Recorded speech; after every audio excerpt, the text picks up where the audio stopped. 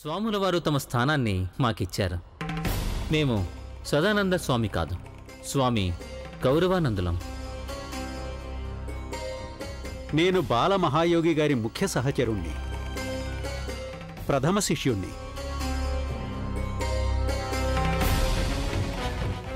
అంటే ఈ కుర్రవాడు నిజంగానే స్వామివారా? నేనేమో ఊరికే ఇలా.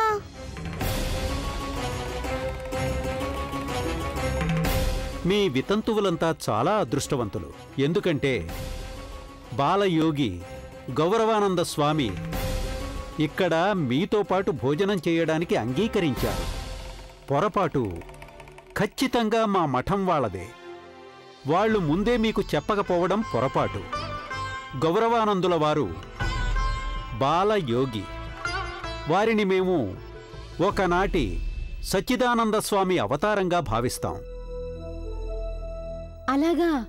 తమరు సచ్చిదానందుల వారి అవతారమా? వారు అత్యంత జ్ఞాన సంపన్నులు. మీరిక్కడికి వేయించేయడం నిజంగా మా పూర్వజన్మ సుకృతం. దయచేయండి, దయచేయండి. ఆహా, పెద్దమ్మా, ఇదిగో తీసుకోండి చెల్లెలు.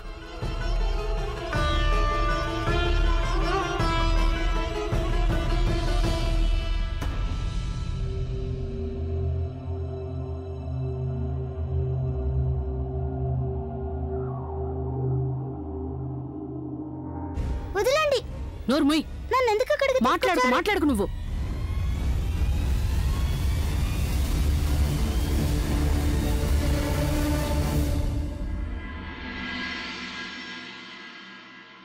పిచ్చెక్కిందా నీకు? అలా ఎందుకు నవ్వావు? ఎందుకంటే కాంతమ్మ గారు, మీరు గంగని ఇక్కడికి తీసుకొచ్చారు. నేనేమో స్వాముల వారి సపర్యలని ఈ పిల్లకే అప్పగించాను. ఇంకొకరు చెయ్యొచ్చులే సుధా. ఇదేమో పిచ్చి పట్టిందాల్లా నవ్వింది. విషయం అర్థం కావటం ఏదో మంచిదైంది. లేదంటే తర్వాత ఏమైనా ఉండేదా? ఈ పిల్లుందే, దీని బయటికి వెళ్ళనివ్వకూడదు. అక్కడేదో ఒక రభస చేస్తుంది. నువ్విక్కడే ఉండాలి పిల్ల, తెలిసిందా? కదలకూడదు ఇక్కడి నుంచి. నువ్వు పద సుధా. ఇంత చిన్న పిల్లవాడిని స్వామివారని నేనెలా ఒప్పుకోవడం? ఏదో కొంచెం నవ్వితే అందులో అంత తప్పే ఉంది. ఐశ్వర్య నాకు కొంచెం కూడా చెప్పలేదు తను వస్తున్నట్టు. ఏమందంటే అందరికి సర్ప్రైజ్ ఇవ్వదలిచానని. నీకు తెలుసా వదినా? నాకు ఈ న్యూస్ తెలియగానే నేను ఎక్కడెక్కడ వదిలేసి పరుగులు వచ్చేసాననుకో. ప్రిన్స్ వాళ్ళ నాన్నగారు కూడా వస్తున్నారు. నీకు ఇంకొకటి చెప్పనా? నేను ఐశ్వర్య కోసం చాలా గొప్ప బహుమతి తీసుకొచ్చేసాను ఇక్కడికి. అవునా? కానీ వదినా, నాకు చాలా బాధగా ఉందనుకో. ఐశ్వర్య మా ఆయనకి కూడా దగ్గర బంధువే కదా, కనుక తనే అక్కడికి వచ్చి వారిని కూడా చూడాలి కదా. ఇంకా లేదే, కానీ నేనే వచ్చేసాను.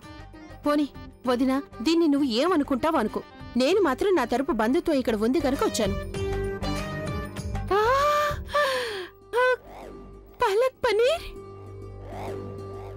ఇది జీడిపప్పు పాయసమేనా? ఎన్ని చేసావా ఐశ్వర్య కోసం? నేను కూడా తనకి సర్ప్రైజ్ ఇవ్వదలిచాను. ఎంతవరకు నాకు మాత్రం ఇంత గొప్ప సర్ప్రైజ్ ఎవ్వరూ ఇవ్వలేదు. మరుదలనే కదా, చెల్లెల్ని కాదు కదా. జయ హనుమాన్ జయ జయ గురునా. అన్ని తీసుకొచ్చారా మీరు? తెచ్చాను. మీరు చెప్పిన సరుకులు కూడా తెచ్చాను. మంచి పని చేశారు. అక్కడ పెట్టేయండి. అలాగే వదినా, అన్నయ్య గారు ఇంకా రానేలేదు. చాలా ఆలస్యం అయిపోయింది కదా. అవును, ఈ పాటికే వచ్చేసి ఉండాల్సింది. ఏం పడిపడిందో ఏంటో.